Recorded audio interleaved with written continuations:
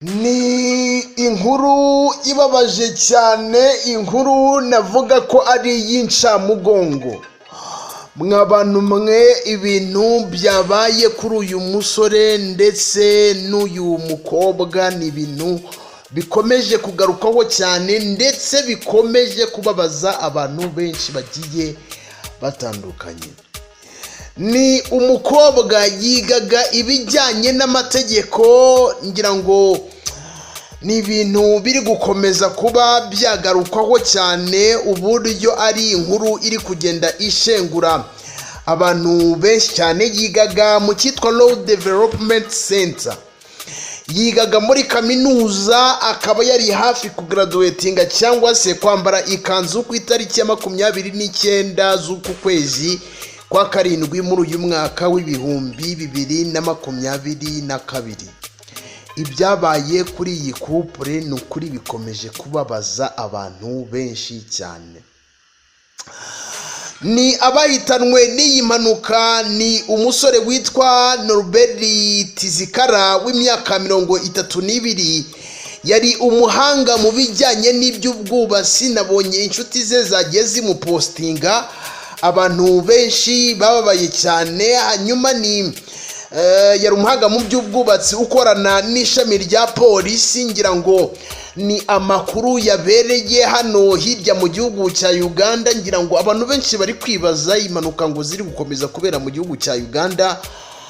Ni impanuka nyinshi cyane ziri gukomeza kubera muri kiriya gihugu, aho ubona ko abantu benshi bari kuvuga bati rwose ibi bintu sinzi ukuntu biri buze kuza kuba byarangira. Hanyuma undi mukobwa yitwa Caroline Aturinda, ngira ngo bivuga ko ari umunyeshuri mu by'amategeko agombaga kwambara muri uku kwezi nk'uko nari maze kuba nabikubwira. Yigaga muri kaminuza, anariyo makuru ubona ko ibitangazamakuru byandikirwa muri aka karere k'Afurika y'Iburasirazuba biri kugenda bigarukaho uburyo aba bombi bitabye Imana. Komeza unkurikira hanyuma nkubwire ngo ese mu by'ukuri byagenze bite?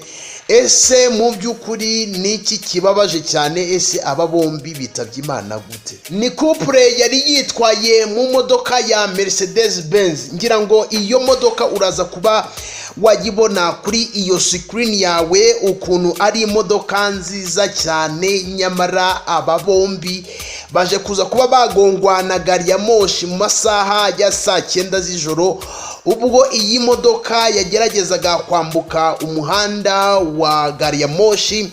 Hanyuma ni ahitwa Kinawataka hafi ibiro bya Uganda Revenue Authority muri Nakawa, Kampala. Abantu bahazi ngira ngo muriho murahareba cyane, kandi hari abantu benshi bagenda badukurikira bari muri kiriya gihugu cya Uganda. Mbonireho no kuba nabasuhuza.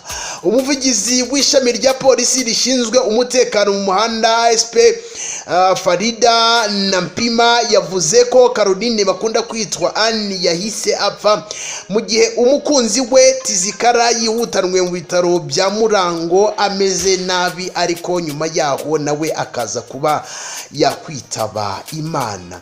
Ngira ngo iri shuri yigagaho bagize gutya bandika amagambo akomeye cyane, usibye ko ni benshi bari kugenda bahererekanya aya mafoto ku mbuga nkoranyambaga y'iyi couple.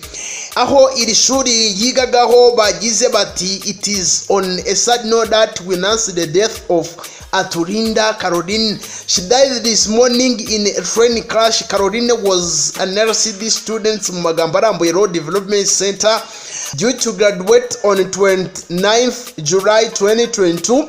May God comfort her family during this difficult moment. Rest in peace Caroline. Aho bihanganishije umuryango wa Caroline batangaza uburyo yari hafi kwambara ku itariki ya 29 z'uku kwezi kwa karindwi muri uyu mwaka w'ibihumbi 2022. Hanyuma batangaza icyamwishe ko ari impanuka ya gari ya moshi yaje kuza kuba yabagonga ubwo bari mu modoka. Ni ibitekerezo byinshi cyane biri kugenda bigaruka kuri uyu mukobwa, kuri iyi couple muri rusange, aho iyi impanuka yaje kuza kuba yabahitana. Ni bari mu mpanuka ya Mercedes Benz ifite ibirango bya UBG 053N. wari utwariye gari ya moshi ngo yavugije amahoni anacana amatara yerekana ko gari ya moshi irimo kuza, ariko ntibyagira icyo bitanga.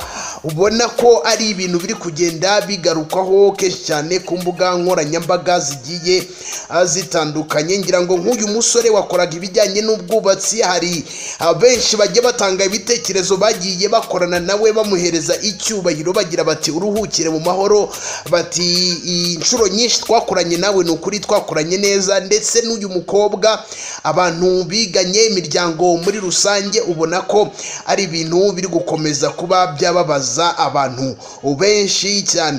Ngira ngo wenda nkusoma ibitekerezo bimwe na bimwe byagiye bitangwa ku rupfu rw'uyu mukobwa ndetse n'ikupure muri rusange n'uyu musore, aho benshi bagiye batanga ibitekerezo byinshi cyane. Life is a mystery to say the rest. And ati banange, this is when Allah is retesting the parents who have been paying such fees for their daughter only to die in the graduation month. It's a pity. Uyu nko mu rurimi rw'ikinyarwanda aho yagize ati ahangaha niho Imana isuzumira cyangwa se itestingira ababyeyi baba baratanze minerivare ku mwana, hanyuma yaba agiye kuba yarangiza amashuri akitaba Imana. Ati biteye ubwoba cyane. Undi ati ni ibintu bibabaje cyane. Ubwo ndagerageza kuba nabisomera mu kinyarwanda, ibitekerezo byinshi biri mu rurimi rw'icyongereza. Undi ati ni ukuri birababaje cyane. Ati aruhukire mu mahoro. Ati nukuri Imana imuhe iruhuko ridashira. Ati may her soul rest in peace. Ndataruhukire mu mahoro. Ati birababaje cyane. Ni ibitekerezo ku mbuga nkoranyambaga zigiye zitandukanye bagiye batanga kubera urupfu rw'iyi couple ndetse ukuntu bitabye Imana, aho abantu benshi bari kugenda bagaragaza agahinda gakomeye cyane batewe no kuba iyi couple yitabye Imana. Urumva ko rero ari ibintu bibabaje cyane, ibintu biteye agahinda. Natwereka twihanganishe umuryango w'aba bombi wabuze ababo. Ngira ngo ni benshi bagenda badukurikira, bagenda bakurikira inkuru zacu bari hariya mu gihugu cya Uganda, ndetse banumva ururimi rw'ikinyarwanda. Ni ukuri turabakunda cyane, reka dukomeze tubihanganishe.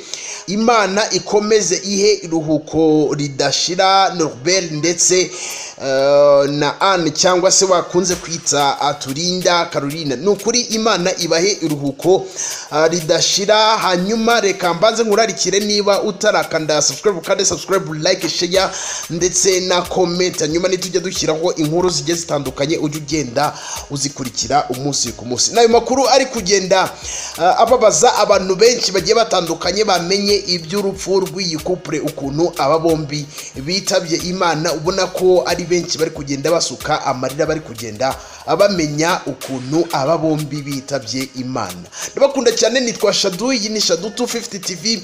Reka mbanze nkurarikire, niba utarakanda subscribe kandi subscribe, like, share ndetse na comment. Hanyuma nitujya dushyiraho inkuru zigiye zitandukanye ujye uzibona gatanu kuri gatanu. Ndabakunda cyane, Uwiteka akomeze abarinde.